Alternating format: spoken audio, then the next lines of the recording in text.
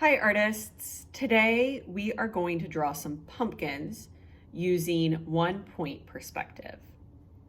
In art, perspective means how things look.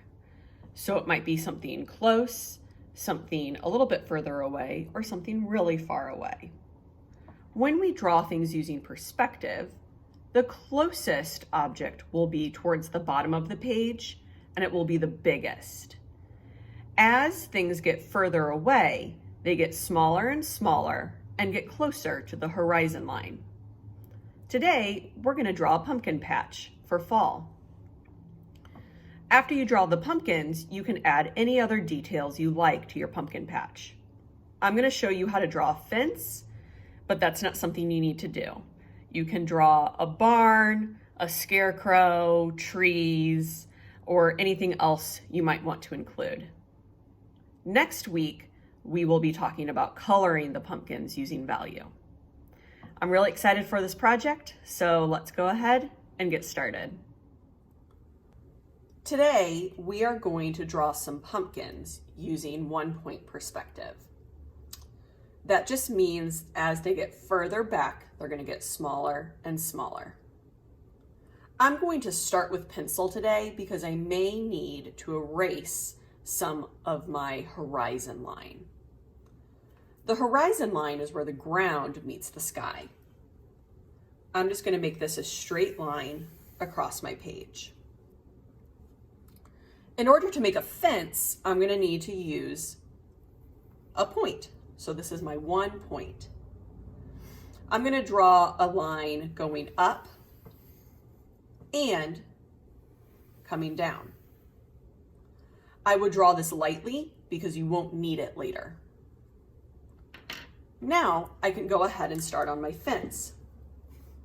The posts that go up and down will start at the top of the line and end at the bottom. They'll go down, across, and back up. The next one will be a little bit smaller. It will go up, across, and back down. Again, ending at the line.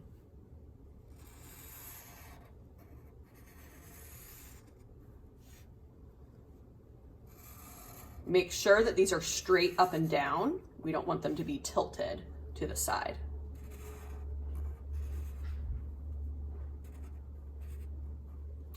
Now, the posts connecting these are a little bit trickier because you don't want to just make it straight across.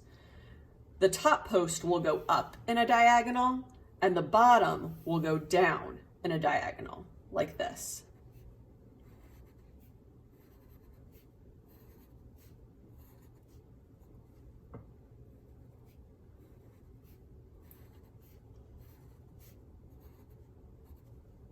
Same with the bottom.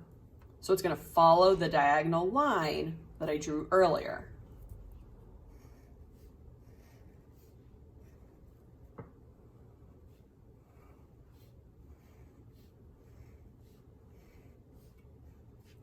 Like so.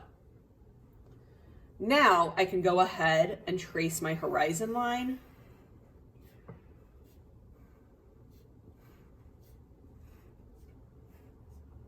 Like this. And I can erase the guiding lines. So the top diagonal line, the bottom diagonal line, and the horizon line that's in between the posts.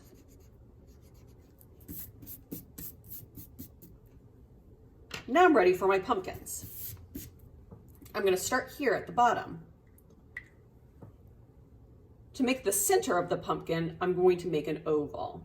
It's going to go up, around, and down. I like making it kind of flat at the bottom. Then I'll make the next two sections. Up, around, and down. Up, around, and down. At this point, I usually like to make the stem. This can be straight or curved. It's totally up to you. This pumpkin isn't very wide yet, so I'm going to repeat the lines going around and down around, and down. If you want, you can make 2 curved lines in the back to create the illusion that the pumpkin has another side. If you want to draw a little vine along the ground, you totally can. Add some leaves.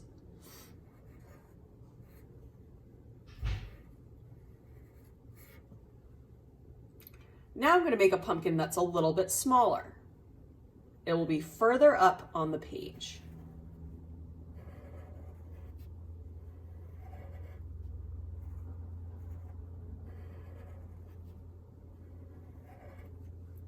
Like this. Then I can make a pumpkin towards the top that's even smaller. I'll make the oval, 1 section, 2 sections, stem, like this. If you want to make a pumpkin that looks like it's really close, you can even make one going off the page. So this one will be the biggest, and I'm not drawing the bottom.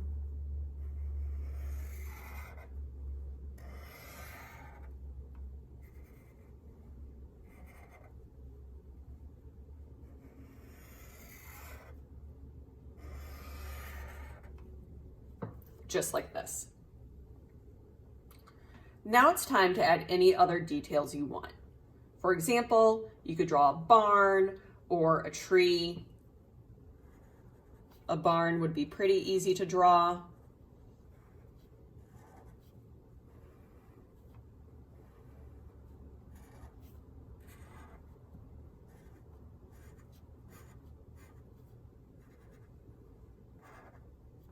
Or a fall tree.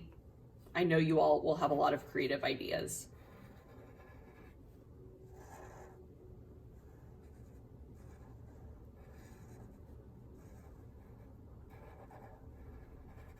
Remember, when you draw a tree, you can kind of make the branches look like the letter Y, and then add some leaves.